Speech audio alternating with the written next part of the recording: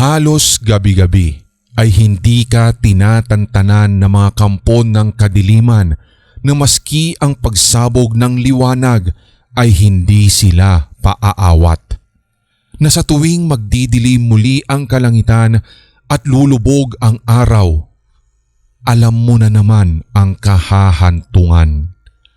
Mga paramdam o ingay na walang humpay at halos hindi magpatulog sa iyo sa oras na lahat ng tao ay himbing na at walang pakialam sa mundong ginagalawan.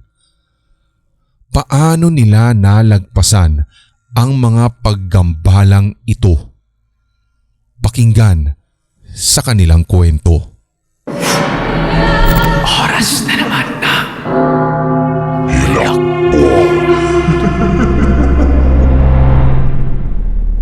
Magandang araw sa inyong lahat, Team Hilakbot, Sir Red at sa mga solid HTV, positive listeners. Ako po si Nel, tiga Cavite, and this is my third time na magbabahagi ng aking kwento. Sa puntong ito, ibabahagi ko naman sa inyo ang karanasan na naganap sa isang dulong bayan ng Rizal. Year 2001 iyon at first year high school po ako. Maulan ng araw na iyon. Sinusunog na bigas lamang ang ginagawa naming kape at yun lamang din po ang tanging laman ng sikmura ko nung ako'y pumasok sa school. Kadalasan, maaga akong dumarating sa room namin at may mga kaklase na din akong nauuna naman sa akin. Alphabetically arranged po ang aming seating arrangement.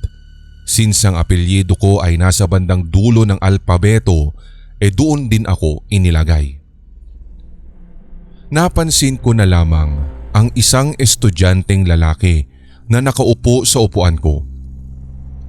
Nakatingin ito sa labas ng bintana at parang pinagmamasdan ang pagbuhos ng ulan. So lumapit ako sa kanya at tinanong kung, "Pwede ka bang lumipat ng ibang upuan? Ako kasi nakaupo dyan eh." Tumingin siya sa akin ng marahan at tumango. Sa kanya binitbit ang bag niya papunta sa isang corner ng room. Matapos noon ay halos sabay-sabay nang nagsipagdatingan ng iba ko pa mga kaklase at hindi nagtagal ay pumasok na rin ang aming advisor. Bago pa man tuluyang magsimula ang aming klase ng araw na iyon, sinabi niya na meron kaming bagong kaklase at ayun na nga si Red. Tinawag na ni Ma'am yung kanina'y kinausap ko na lumipat. Kasama niyang nakatayo sa harap ni Ma'am at tawagin na lang daw po natin sa pangalang Martin ang bagong lipat na ito. At halos mag-iisang buwan pa lamang pala sila sa lugar namin at sabi galing pa daw po sila ng Samar. Katamtaman ang kanyang height at meron pong kapayatan. Bilugan ang kanyang mga mapupungay na mga mata at mapapansin din ng kanyang ngipin sa unahan na parang ganun po sa kuneho dahil palaging nakabuka ang bibig nito. Kayumangging kaligatan ang kulay ng kanyang balat. Napansin din namin ang kalumaan ng kanyang damit na noon ay parabang nabasa din ng ulan. Tahimik lamang ang buong klase namin habang siya ay ipinapakilala.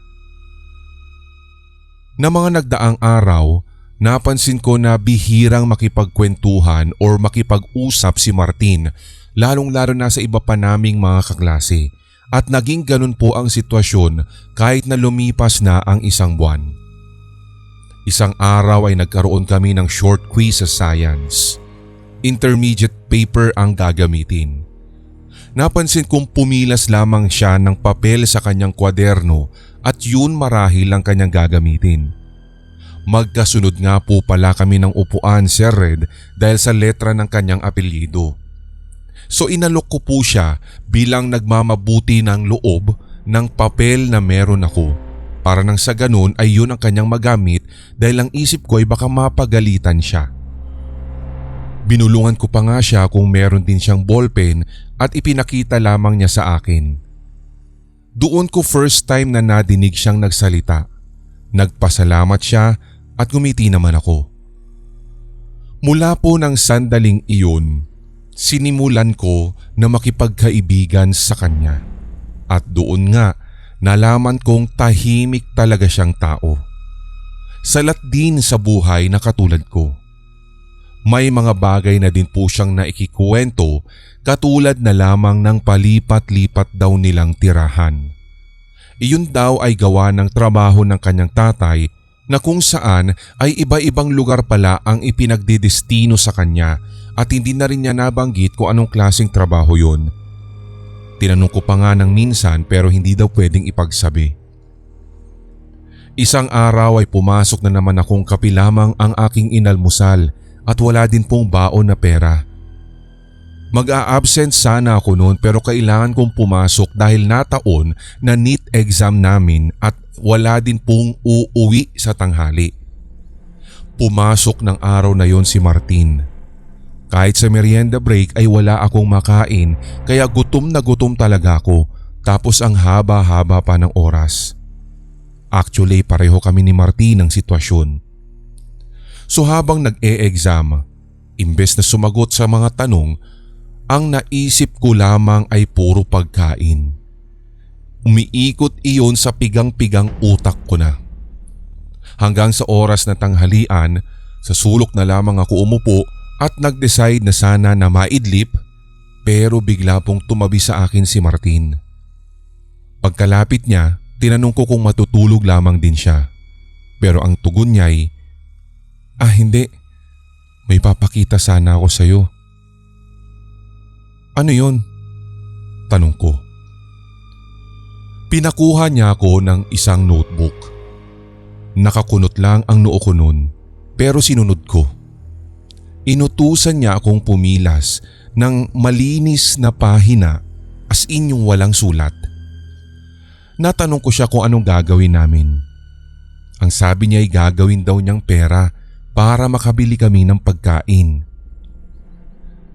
Natawa talaga ako sa sinabi niya. Sabi ko'y masakit na nga ang tiyan ko dahil sa gutom pero pinatawa pa niya ako kaya mas lalong sumakit. Dinugtungan ko pa ngang, baka nalipasan ka na ng gutom ha. Seryoso ako. Basta tutulungan kita. Sabi niya pagkatapos nun ay isulat ko daw ang gusto kong halaga basta't single paper bill lamang. Seryoso yung boses niya habang sinasabi yun. Habang kanya pong binabanggit sa akin ang mga bagay na iyon ay sa hindi ko mawari para akong kinabahan. Parang nagdududa ako. Para masubukan, ang isinulat ko lamang po ay 100 at ibinigay ito sa kanya. Huwag niyo naman din po sanang isipin, lalong-lalo na ang mga nakikinig na ipokrito ako dahil 100 lamang ang isinulat ko pero yun lang kasi talaga yung pinakaunang pumasok sa isip ko ng panahong iyon. Basta't sinulat ko ang mga numerong 100 sa loob ng isang rectangle. Napansin ko matapos niyang abutin ang piraso ng papel na iyon na parang may isinulat siya sa 4 na side na ito at parang kakaibang simbolo siya, Sir Red. Matapos nun ay tinupi niya ng 8 beses yung papel at para pong binubulungan ng dasal. Dahil sa bulong lamang, hindi ko po narinig ng maayos kung ano ang kanyang mga winika. Basta't tinitingnan ko siya habang ginagawa iyon. Matapos noon ay ibinalik niya sa akin at sabi iipit ko daw ito kung saan ko ipinilas yung papel. Kaya ginawa ko. Dugtong pa niya ay maghintay lamang daw kami ng ilang minuto. So tahimik lamang ako, saka siya nagkwento. Ayon sa kanya, natutunan daw niya ang bagay na iyon sa isang lumpong lalaki. Amo daw iyon ng kanyang nanay nung nasa Samar pa sila. Namasukan din daw kasi na kasambahay ang nanay niya noon at minsan sinasama siya ng kanyang ina sa kanyang trabaho. Ang sabi nung amo ng kanyang ina, nakikita daw niya ang kanyang sarili kay Martin. Nang matutunan nga ni Martin ang kakayahan na iyon, ay mahigpit na binilin sa kanya ng amo ng kanyang ina na wag daw niyang gagamitin iyon sa pansarili niyang interes upang hindi daw siya matulad sa kanya. Ayon din sa kwento ng lalaking iyon, mahirap lang din siya dati at meron lamang din na nagturo sa kanya ng kakayahang iyon. Araw-araw daw siyang gumagawa ng pera at malalaking halaga talaga. Oo, at umayos ang buhay nila. Nakapagtapos ng pag-aaral, nagkaroon ng mga properties, nakapag-asawa at nagkaroon ng 2 anak. Kahit maayos at maginhawa na ang buhay niya, ay gumagawa pa rin daw siya ng pera gamit ang kakaiba at katangi-tanging kakayahang iyon. Hanggang isang araw, pupunta daw sana sila sa isang bakasyon sakay ng kanilang kotse, ngunit sa kasamaang palad na aksidente sila. At dahil sa malalang pinsala, namatay ang kanyang asawa at 2 anak at siya lamang ang katangi-tanging nakaligtas. Yun nga lang, baldado ang ibabang bahagi ng kanyang katawan. Matapos magkwento ni Martin ay pinakuha na niya yung inipit ko sa kwaderno. Nadama ko sa kamay ko na tila kumapal ito. Sinabi niyang buksan ko iyon at nanlaki talaga ang aking mga mata, Sir Red, nang makita ko ang 100 piso na nakatupi ng 4 na beses. Ang mga guhit, linya at mga simbolo na kanina'y isinulat namin sa papel ay nawala. Ngumiti lamang sa akin si Martin. Nakanganga naman ako at talagang namangha. Bumili ka na ng makakain mo bago matapos tong lunch break ko. Wika niya. Saka pa lamang ako nakapagsalita at sabi, hati na lang tayo. Pero tumanggi siya. Kaya nagpunta ako ng kantin at doon ay bumili ako ng 2 slice ng pizza at 2 biko. May sukli pa nga ang 100 pesos kong iyon. Tuwang-tuwa akong iniabot ang tig-1 nun, Sir Red, kay Martin at nag-insist talaga ako na tanggapin niya iyon bilang pasasalamat. After nun, Sir Red, ay ilang araw siyang hindi pumapasok. Kung kaya't minabuti ng advisor namin na alamin kung bakit. Ngunit pagdating niya sa apartment nila ay wala nang nakatira doon. Ayon sa mga kapitbahay nila ay bigla na lamang daw silang nawala. Hanggang sa matapos ang taon, hindi na po namin nakita pa si Martin. Dito ko na po muna tatapusin ang kwentong ito, Sir Red. Pero sa ngayon, kahit naaalala ko na lamang ang ginawa niyang kabutihan, sa katunayan, labis-labis pa rin ang panghihinayang ko sa pag-uumpisa pa lamang sana ng pagkakaibigan namin ni Martin. Umasa din kasi ako na balang araw ay maituturo din niya sa akin ang kakayahan na iyon. Biruin mo naman kasing nakagagawa ka ng pera sa oras ng kagipitan. Pero biro lang po.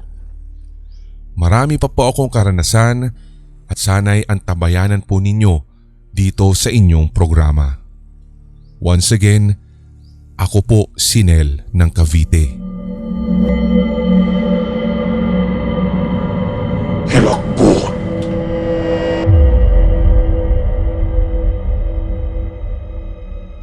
Sana po ay maisama ang kwento kong ito na nangyari noong ako ay 17 years old pa lamang.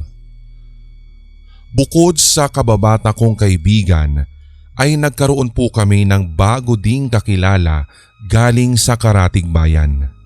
Isang babae at isang lalaki. Pumupunta sila sa lugar namin para makibonding at tumatambay.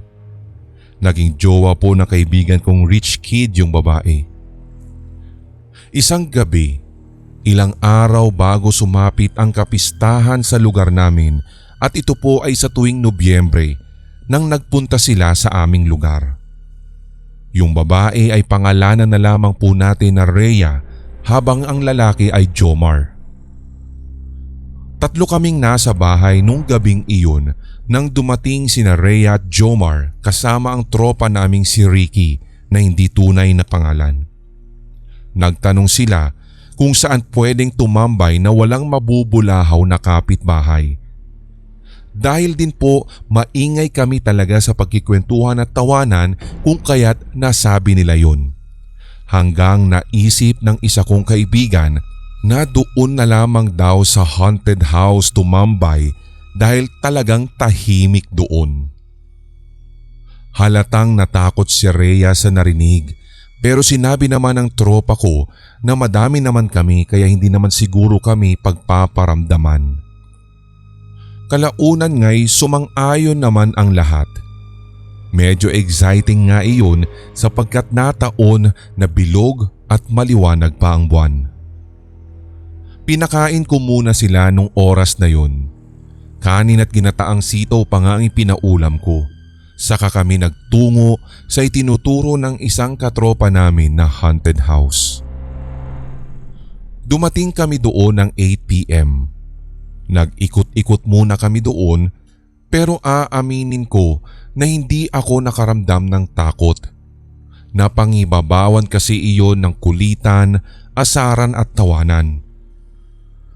Napatambay muna kami sa veranda ng bahay at katapat noon ay maliit na swimming pool. Nagkikwentuhan kami pero maya-maya ay nagpaalam ang magjowa na hahanap daw sila ng pwesto para makapag-usap ng pribado. Siguro ay nakadalawang oras na kami doon nang maisipan naming apat na silipin kung saan nagpunta yung magjowa. Napadako kami sa isang sirang silid na may dingding pa naman ngunit walang bubungan. Doon kasi ay nakaririnig kami ng impit na ungol. Bago namin marating ang pinanggagalingan ng ungol ay dadaan muna kami sa entrada ng bahay at mula sa labas ay matatanaw mo yung pakurban na kahoy na hagdan paakyat sa second floor. At sakto na natatamaan din iyo ng sinag o liwanag ng buwan. Dahan-dahan at tahimik lamang kami sa pagdaan at pagsilip namin sa silid nang panlakihan po kami ng aming mga mata at napangangapa lalo at nang makita po namin ang magjowa na may ginagawang kababalaghan. Ipit na ipit ang tawa namin, Sir Red, pare-pareho. Sinabi pa nga namin na dapat ay huwag kaming gagawa ng ingay at baka mabitin ang dalawa. Dahil tahimik, pinakikinggan lamang namin ang mahihinang ungol nilang dalawa. Pero napatigil kami sa aming ginagawa nang may madinig akong tunog. Kinalabit ko yung tatlo kong kasama at sinabi ko kung narinig ba nila yung narinig ko. Pero tumahimik lamang din sila at nakinig. Hanggang sa na-realize namin na tunog ito ng kahoy na sandalyas na kapag tatama sa kahoy ng hagdan ay yung parang naglalakad ng marahan. Hindi ko rin alam kung ito ba'y parang bakya o takong. Nagkatinginan kaming apat. Ang kaninang hagik-gikan namin ay napalitan malala ng hilakbot, Sir Red. Dahil alam namin kung saan nanggagaling ang tunog, ay sinilip na namin ang entrada ng bahay. Malakas ang tibok ng puso ko noon. Palakas ng palakas, lalo at nadidinig namin na tila nanggagaling pala sa second floor at paibaba ng hagdan ang tunog. Nanginginig man, nakanganga at nanlalaki ang mga mata, talagang hindi namin naiwasan nalamunin na lamang ng hilakbot, lalo at nang makita namin ng sabay-sabay ang isang puting figura na paibaba na ng hagdan. Sabay-sabay kaming napasigaw sa takot nang natamaan pa ng sinag ng buwan ang isang pares ng mapuputlang mga paa na patuloy sa pagbaba. Gayon din nang makita namin ang puting damit na suot nito na puro bahid ng dugo. Napakaripas talaga kami ng takbo noon, Sir Red, at talagang literal na iniwan namin yung magjowa at hindi na namin inalam pa kung natapos ba nila ang kanilang kababalaghan. Mula noon ay hindi na namin tinangkapang tumambay sa haunted house na iyon, lalo at napatunayan namin ang mga kuwento tungkol sa istrukturang iyon. Lumipas ang panahon hanggang sa malaman-laman ko na lamang ngayong taon na giniba na pala ang bahay na yun. Ang kwento ng mga kakilala ko, nabili na daw kasi ang lupang kinatitirikan ng lumang bahay sapagkat plano na palang i-convert bilang isang subdivision. Waiting na lamang ako, Sir Red, kung sakaling magagawa ang proyektong ito doon, kung sakaling meron din bang magpaparamdam at nananatili lamang sa naturang lugar ang nakita naming nilalang. Hilakbot.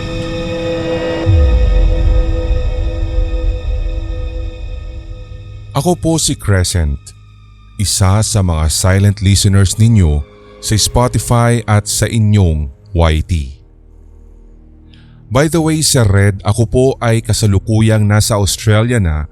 However, yung story kong isi-share ngayon ay naganap sa Cebu, which is my hometown. Just a little background.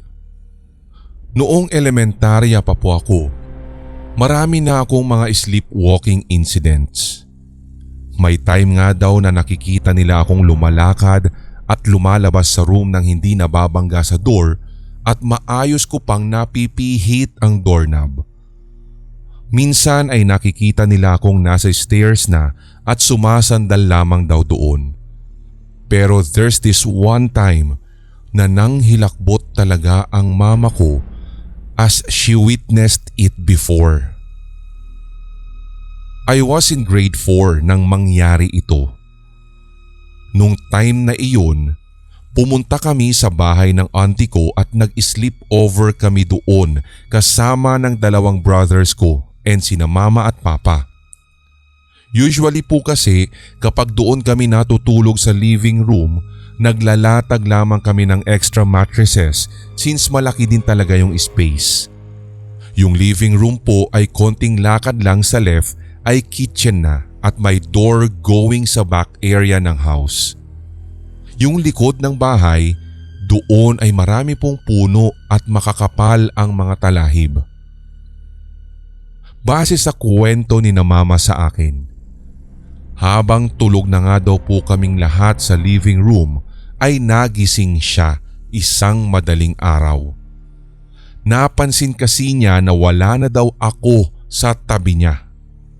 Since off nga yung ilaw, hinanap niya ako agad hanggang sa napansin niyang nakaawang ang door papunta sa back area ng house. Doon ay nakita daw niya akong nakaupo sa sahig sa labas ng pinto at may itinuturo sa puno na parang sampalok ata kung hindi ako nagkakamali. Basta't nagsasalita lamang daw ako, nakapikit ang aking mga mata, may tinuturo ng kung ano man daw na meron doon at parang kinakausap ko pa. Tinignan ni mama ang puno na itinuturo ko pero makakapal na dahon lamang daw ang naroroon. Hanggang sa siya ay kinilabutan dahil bigla daw pong lumakas ang hangin. Halos nagsayawan ang mga sanga ng puno. Dali-dali daw niya akong ginising at inalalayan pabalik sa loob ng bahay. Ikwinento niya ang lahat ng iyon kinabukasan sa akin kasi wala po talaga akong maalala na nangyari iyon at sinabihan na lang ako na huwag maglalaro ng patintero sa labas ng maghapon bagkus ay matulog na lamang daw. Ito naman pong susunod na kwento ay naganap nung ako ay high school na. Yung schedule ng class ko po noon ay 6:30 AM to 12:30 PM. So pagka-uwi ko po talaga ay nakakatulog ako at marahil ay dahil sa pagod sa aming eskwelahan. One time nang ako po'y matulog, around 1 PM na iyon. Since yung house namin kasi noon, Sir Red, ay walking distance lamang po sa school, kaya literal na pagka-uwi ko, nakakatulog ako kagad. Himbing ang pagkakatulog ko nun. Not until na naginip po akong may nakapatong daw sa akin na isang babaeng nakaputi at sinasakal niya ako. Gustong gusto ko talagang sumigaw at gumalaw ng oras na iyon kaso hindi ko alam kung bakit hindi ko magawa. Sinasakal niya ako hanggang sa nararamdaman ko na lamang po na parang naglalaho siya unti-unti kahit nararamdaman ko pang nakasakal siya sa liig ko at patuloy iyong humihigpit. Basta't sabay na sabay yung tila pag-fade out niya pero naruroon pa rin yung diin sa aking leeg. Hanggang sa nakamulat ako ng mata as in literal na slowly opening my eyes. At slowly din siyang nagdi-disappear into thin air at nagising ako ng tuluyan sa mahinang tapik ng brother ko since napansin daw niya ako na parang uneasy at kumukunot ang noo habang natutulog. Hanggang sa ngayon nga'y hindi ako sigurado kung panaginip nga lamang ba iyon o totoong kaluluwa ang sumakal sa akin. Susulitin ko na po, Sir Red. College na ako this time at kakauwi ko lang after a long tiring day at samahan pa ng sobrang intense ng agawan ng jeep sa pag-commute kaya talagang sobrang pagod at mapapasalampak ka na lang talaga sa kama pag uwi. Narinig ko ang sabi ni mama ko na kumain daw muna ako bago matulog pero sabi ko iidlip lang muna ako kasi talagang babagsak na ang mga mata ko. So yun nga ang nangyari. Pagkatapos nun, nanaginip na naman ako. Sa panaginip ko, Sir Red, nakita ko yung setting ay yung mismong room namin. Tulog ako sa panaginip ko pero nakita ko na naman yung babaeng nakaputi na sumasakal sa akin noon pero this time nakaupo siya sa chair na malapit sa pintuan ng room ko. Sa panaginip ko'y umaatras ako sa pagkakahiga habang nakaupo lamang yung babaeng nakaputi. Hindi ko talaga maaninagan ang kanyang muka kasi ang haba-haba ng buhok niya na nakatakip sa kanyang muka. Gusto ko na namang sumigaw at tumakbo pero hindi ko magawa hanggang sa nagising na lamang ako sa tapik ni mama at paggising ko, chinek ko kaagad yung chair na malapit sa pintuan kaso wala naman palang tao doon. Hanggang sa ngayon nga, Sir Red, ay nananatiling hiwaga ito para sa akin. Iniisip ko kung may connection ba yung sleepwalking at yung sleep paralysis incidents ko. Nananatiling tanong ay kung sino yung babaeng palaging nagpapakita sa panaginip ko. By the way, I forgot to mention din pala na yung house namin noon ay dating paanakan daw bago kami lumipat. Naroroon pa rin yung tanong na sa tuwing nagkaka-sleep paralysis ako sa bahay namin na iyon, bakit laging present yung babaeng iyon? Ito lang po muna, Sir Red, ang aking ibabahagi at sana'y magkaroon pa rin po ako ng iba pang oras para isulat ang iba ko pang karanasan. Hilakbo Hello sa inyo, Sir Red. Ako nga po pala si Crystal. Matagal ng solid and silent listener ninyo at ito po ang nais kong ibahagi sa inyo. Pagpasensya nyo na lamang po at since first time ko pa lamang na magbahagi. Tahimik yung kwarto nung gabing iyon. Madilim, walang ilaw. Tanging tunog lamang ng electric fan ang maririnig. Pagod ako kaya agad akong nakatulog. Pero hindi ko alam, doon pa pala magsisimula ang panaginip na magpasa hanggang ngayon ay hindi ko mabigyan ng kasagutan at patuloy na nagbibigay ng kilabot sa katawan ko. Doon sa panaginip ko ay mulat na mulat ako. Gising ako. Nasa kama pa rin, parehong kwarto, parehong ayos. Akala ko'y normal hanggang sa napansin ko na hindi ako makagalaw. Oo, at gusto ko talagang bumangon. Gusto kong magsalita, gusto kong sumigaw pero parang may mabigat na kung ano na nakadagan sa buong katawan ko. Hanggang sa marinig ko ang isang boses. Mahina, pabulong pero parang galing sa likod ng tenga ko. Pinakikiramdaman at pilit kong iniintindi pero talagang hindi ko maintindihan. Ang tiyak lamang dito noon, Sir Red, ay ramdam kong hindi siya sa akin. Nagsimulang manginig yung katawan ko. Yung kamay ko nakusa na lamang gumalaw at hindi ko kontrolado. Para bang may ibang gumagamit sa katawan ko. Parang may ibang umangkin. Sinubukan kong sumigaw pero walang tunog na lumabas. Bigla-bigla pa'y nakaramdam ako ng sobrang lamig. Yung tipong kahit balot ka ng kumot ay manginginig ka pa rin. May nakita akong anino sa gilid ng kama matapos nun. Hindi malinaw ang itsura pero alam kong nakatitig sa akin.